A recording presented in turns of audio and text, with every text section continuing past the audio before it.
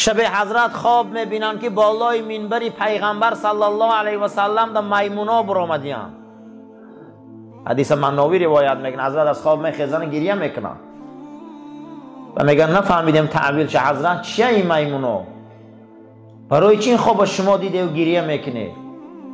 او زمان میرسه که از منبری من مردمانی برآمد میکنن هی میمونگری میکنن، از این منبر گو میمونگری های کلام میخیزه. فقط کسی که از منبری رسول اکرم گپی قرآن و سنت نمیگه، پیروی رسول اکرم هم به جا نمیبیاره، میمون بازی و حقه بازی میکنه، او روز قیامت میمون میخیزه. پیغمبر را در خوابش دیده. ابن حجر هم میبیاره که پیغمبر خواب میبینه که یک سگ سیاه میگذشه در خوابش از پاش میخیزه، میگه در بین شما مردمی هست که نسل او در خاندان من هجوم میکنه. بعد 40 سال یزید فرزندای پیغمبر در شمشیر کشید. معلوم بود است که سگ فرزندی پلید بوده در خواب وقتی آدم در هجوم میکنه، دشمنی پلید بوده. و بین شما در مردمایی هست که روز خاندان من در هجوم میکنن، کسی اولاد پیغمبر در هجوم میکنن، نسل رسول در هجوم میکنه، او سگای. برای همین عزیزا این خیلی گمان نکنیم که قیامت در بسیاری ما به همین صورت هاییم. دعا کنیم که به همین صورت ها خیزیم، دعا کنیم که به همین خیزیم. خدای نکرده آن روز افلا یعلم اذا بعثر ما فی القبور و حصل ما فی الصدور. نبین آن چیزی که در تمام وجود شما بود آن روز میگه حصله میزنه رو میبرویا. ما نمیدونیم چی قدر حالی به کدام صورتا، به کدام افتا، به کدام نمودا میخیزیم. برای همین شیخ عبدالقادر جیلانی را حضرت سعدی میبیاره که پرده های کعبه را میقبید گریه میکرد که خدایا روز قیامت شیخ جیلانی را کور ای خاک خیزان. میدونن چوه شیخ دعا را میکنی؟ میگو آن روز چهره خمان نبینم که چه خیلیم.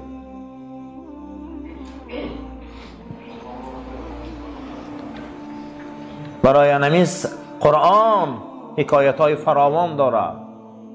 وسیعت وجوههم، وسیعت وجوههم، یعنی آن روز قیامت روزی هست که روی های میخیزن که سیاهن. اسودت وجوههم، اونها میخیزن که رواشان سیاه شده گیه. یعنی معلوم بوده که قیامت روزی بوده که روها تغییر میافته، افتا تغییر میافته. پیغمبر این فیلم شب معراج دیدن. پروردگار ما را روی ها مانه واقعا روی مسلمان گردان. آن روز ماها را از خاک میخیزانی، ماها را جوان مرد و سالم گردان و مسلمان گردان. حتی رسول اکرم صلی الله علیه و سلم فرمودند که هر کسی که یک روزه خوراک در خانهش داره و با همون در قناعت نکرده گدایی میبره، روز قیامت از خاک میخیزه که یگان گوش نداره بدنش، همه گوشتاش ریخته اسکلت میخیزه خواب از خاک. چیوه که همین روزه خوراک داره و شکر نمیکنه با گدایی میبره. خواب روز قیامت و شناخت او و ایمان آوردن در روز قیامت یکی از نشانه های ایمانداری است. بزرگان میگه چرا مردم گناه بس نمیکنه؟ چرا مردم از گناه دست نمیکشه؟ چرا ما از گناه دست نمیکشیم؟ چرا ما جنایت میکنیم؟ چرا ما کوشش و پروای گناه نداریم؟ پروا نداریم در گناه، برای که گفته در قیامت ایمان ندارم. اگر در قیامت ایمان می داشتن اینا از گناه احتیاط میکردن.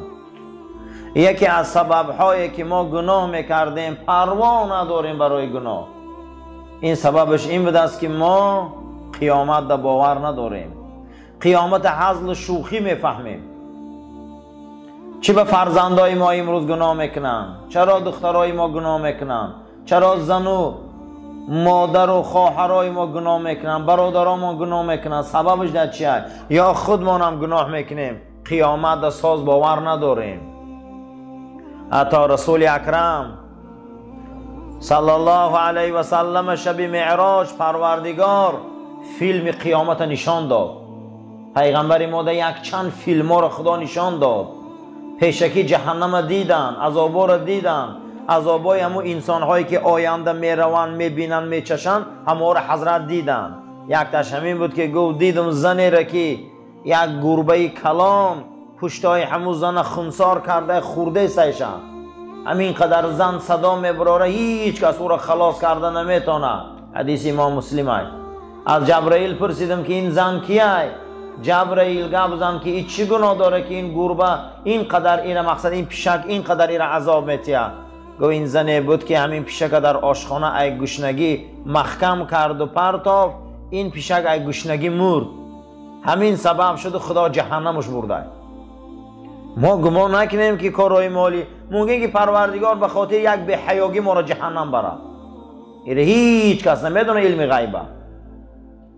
پیغمبر صلی الله علیه و سلم گفت من شب معراج دیدم زنی را که یک گربه غمش میداد اما پیشک خچه در آشخانهش محکم کرده ای بی آبی و نانی همون مرده.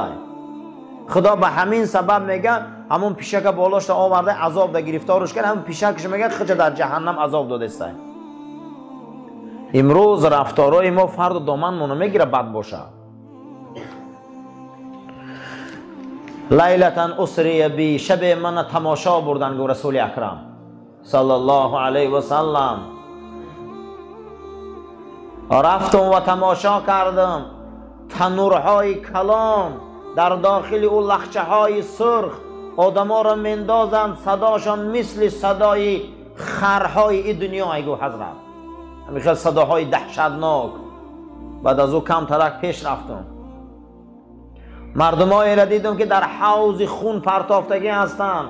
وقتی که اونها ساحل می برآمدن نو از همون ساحل بحر خون بیرون برآمده خلاص شدن که دو مرد سیاه پوست می بیاین همین خیلی می قپن در دهناشان گو سنگای علاوی را میندازن سخت ضرب بکنن به همون سنگ و سراشان در درون خونه با گشت همون بحر گو به پوش می پرتاینشان.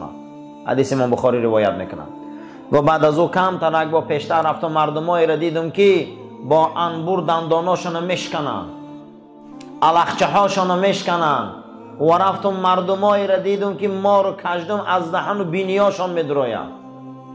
و بعدا پیشتر رفتم یک باغچه کلان دیدم، یک موی سفید شیشتگی است اطراف او از کودک همون باغ می جوشه همین در راحتم. بعد از جبرائیل پرسیدم که صحنه را برای من نقل کن چیه؟ جبرائیل گو تنور دیدی که آدم ها را زنده زنده می سوزانم؟ گو بله دیدم. گو اونها زناکارای امتن. بعد از او پیشتر رفتم گو حوض خونه دیدی؟ گفتم بله دیدم. گو اینا پرسنخرای امتن. بعد از او گو پیشتر رفتم که علخچه ها را میشکنن. گو اینا کیا هستن؟ گو اینا دروغگوهای امتن. کمتر پیشتر رفتم که دیدم که از دهن و بینی و از سوراخی های پیش عقب میگه ما رو کجنو میدرو. اینا کیا هستن؟ گو اینها زنای به حیا هم. اینا زنایی که نافرمانی شوهر کردن. اینها زنایی هستن که دنیا در بسیار سر جنایت بدن.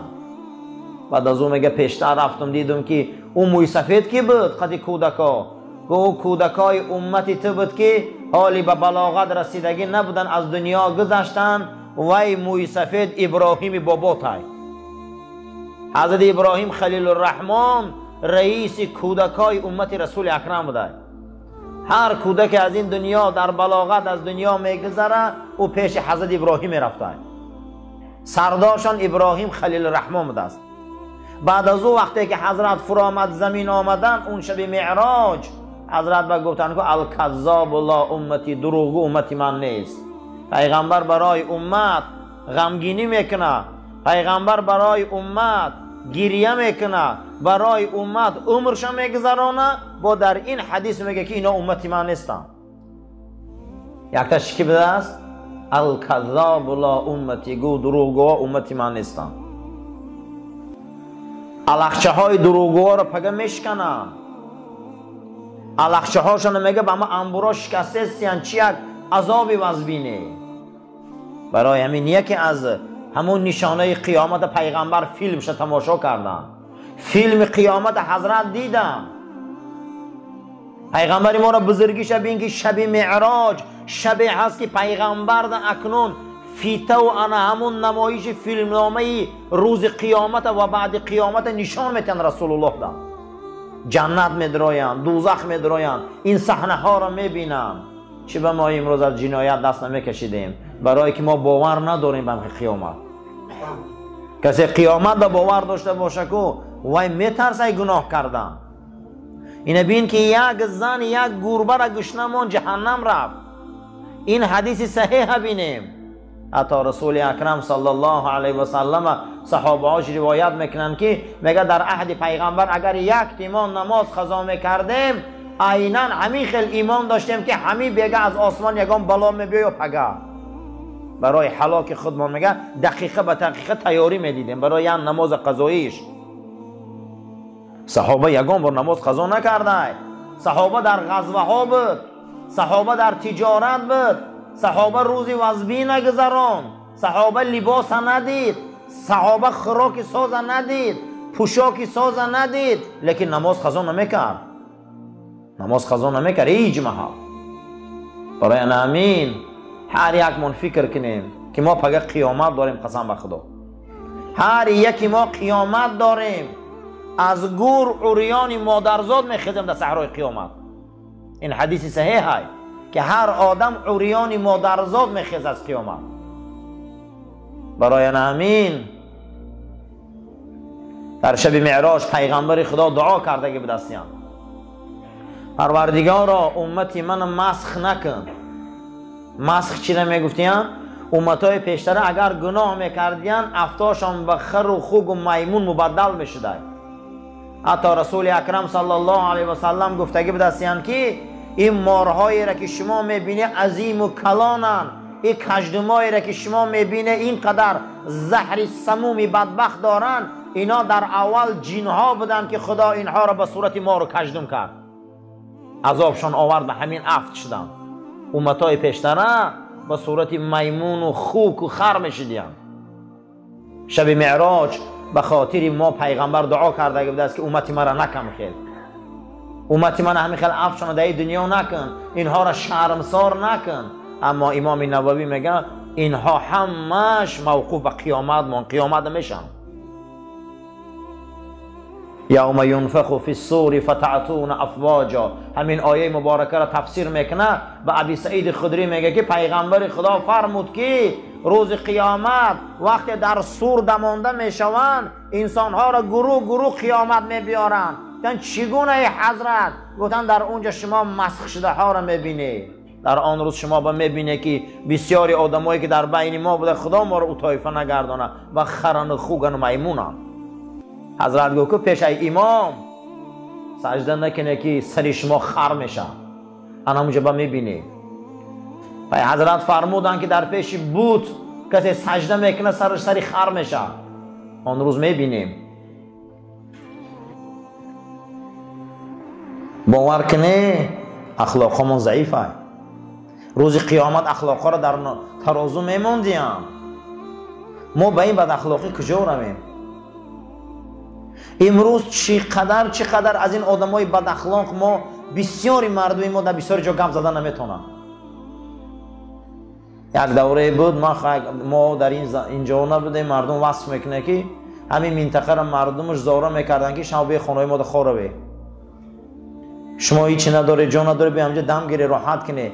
از اخلاق دزدی و از اخلاق غارتگری همین مردم دیگه ما باور ندارن. همینا چیزی نما خانه میادن،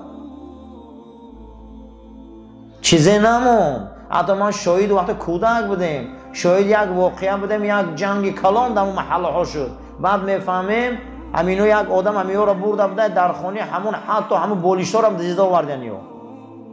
هیچ در خانه همون نموندن، نه تلویزور مونده نه بولیش، همش گرفتن پاییزا قدی وطن بردن. این کارو 20 سال پیش است. چقدر ما اخلاقای پس نشان دادیم، چقدر ما اخلاقای بد نشان دادیم. باور کنید بین ما در آدمی بد اخلاق به معنی بسیار است. ایروی این بد اخلاقان در تمام سرای آدم‌ها پس میشوند. اینا به خبرن که روز قیامت اخلاق اینا را وزن میکنن، تربیه اینا را وزن میکنن. این به خبرن، این به خبرن که فردا این عمل ما را جهنم میبره. این بخبریم که فردا این تربیه و اخلاق اسلامی ترازوی خدا را وزبین میکنه. از این بخبریم.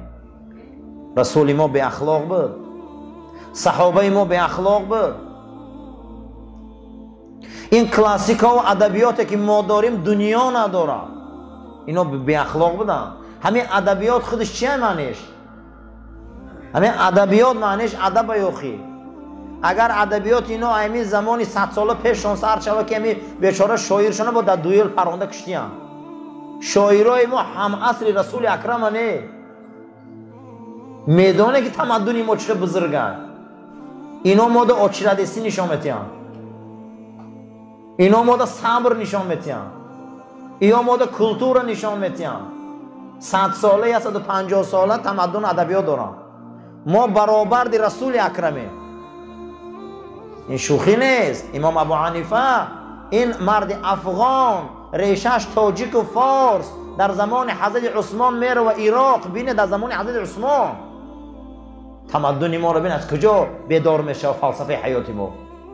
این 100 ساله ها اگر یک بار نگاه کنی همین لرمنتوف شانه و ارکادی گایدر شانه پوشکین شانه 150 سال پیشه اینو ما دا اچرت بیستی نشان میتیم.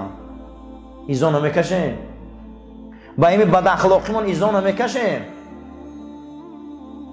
روز جمعه مردم بفرا میشه در همین جا. همین 50 آدم همین خادم اداره کردن نمیتونه. شما نمیدونی بیرون جنگ بین. برای آنکه حکمت خدا را یا آدم اداره میکنه. معلومه که ما اینجا آدم خدا نیستیم که این قدر ما خدمتگار زیاد داریم. حضرت سلیمان حکمت چه یا هدهد اداره میکنه. حضرت سلیمان حکمت چه یا ملا هتوتک میگه اداره میکنه. تمام دنیا را خبرش میآورد. حکمت خدا را باید که جنایت نکنه. روز جمعه چیده میبینیم همیشه ما سوال میتیم چیده ما میبینیم نماز جمعه مسجد ما. نماز جمعه میبینیم بسیار این دست به گریبان قسم بخدا در کوچه. بسیار این جنجال میکنه، گوش نمیکنه. به نهایت اخلاقای به تربیت های پس دارن. بسیار اینا 5 وقت نماز نمیخونن. باور کنه همین روز جمعه جمعه خانی میبیاین. اینا همینجا بسیارش خوراکخوری چایخوری چخچخکنی میبیاین. امر معروف و موعظه و خطبه میرون. اینا حالی هم چای خورده استیان. خیلی کنه همینا جنت میرن. خیلی کنه فقط ترازی همینا وزوی نه. آخه اگر اینجا حکمت خدا باشه، اگر اینجا کاری خدا باشه، باید همین یک کلمه خدا گوزن همه در صف راست است. همه را یک کلمه باید جمع کنه. لا اله الا الله محمد رسول الله. همه میگن لیکن نمیشوه. اخلاق بدای، رفتار بدای، تربیت بدای، مادر بدای، پدر بدای، اولاد بدای، ایرث بدای. نمیشوه. باور کنه نمیشوه. 50 کس نه 100 نفری دیگه هم باشه اداره کردن قینده نمیشوه. سری هر یک آدم ده اگر یک آدم رو با نمیشوه. برادرها با این شوخی نیست اخلاق. این فردا ترازو رو وزبین میکنه. این فردا ما را جنتی میکنه. این کار هیچ کس در این دنیا از کسی قرضدار نیست که بیای ما را راست کنه و خدمت کنه. اینجا به خاطر الله و دین خدا میبینیم. اگه حکمت خدا را باید حرمت کنیم. آخی ملکه ساسانی بعد در زمان حضرت عمر وقتی ایسر قدرت میره و میگن کجا میری ملکه؟ میگه یا مرد بیاری رهبرتان مانه فارسا، من شما را اداره کردن نمیتونم دیگه. یا مرد بیاره که شاید مرد شما را تانه. میگه تو کجا میری؟ اوتا بیابانی خرمازار میرم. چیده میری اوجا؟ من پایتخت دولت مسلمانو میرم. و تو زردشتی که چیده میری اوجا؟ من یک بار روم همون خلیفه رسول الله را تماشا کنم. چه خیلی آدم هایمو. من یک بار روم همون اونا خلیفهش میگن امیرش میگن که نامش عمر های. در تنش یک جلک داره. جلکاش همش آفتاب سوخته شده گیه. من یک بار روی زیارت کنم. چی بخی؟ وای ای پشت او بیابان ها گب میزنه در زمین فارس و اطاعت میکنه. وای چه خیلی آدم باشه. وای اوجا نامه می نویسه. اینو همشون قطار میستن به فرمانی او را میخونن. وای او ملک گب میزنه در زمین تیسفونی ایران لشکر اسلام راست مثل فرمانی و گوش میکنن. من روم هم خلیفه را زیارت کنم شما و دیگرشون گوش میکنن، من همین میگم شما گوش نمیکنی. من یک بار هم را بینم که ای پشت این بیابان و کوه ها او فرمان می نویسن، تمام قمانداناش راست میستن که خلیفه امر کرده، خلیفه امر کرده. در همینجا بفرش دیدم ای تلفن نتونه کشه، ای مردم تلفن تکش، ای مردم تلفن نتونه کشه. مونده شدیم. وقتی اگر بنده خدایی اهل کلمه لا اله الا الله تا کنون باید حکمت خدا را جاری کنی. حکمت خدا باید هیچ کس غم نتیه. بنده خدا باید هیچ کس غم نتیه. بنده خدا را باید اداره کنیش آسان باشه. باید هیچ کس نگوان صفتگی راست است. بنده خدا باید گوش کنه این خودش.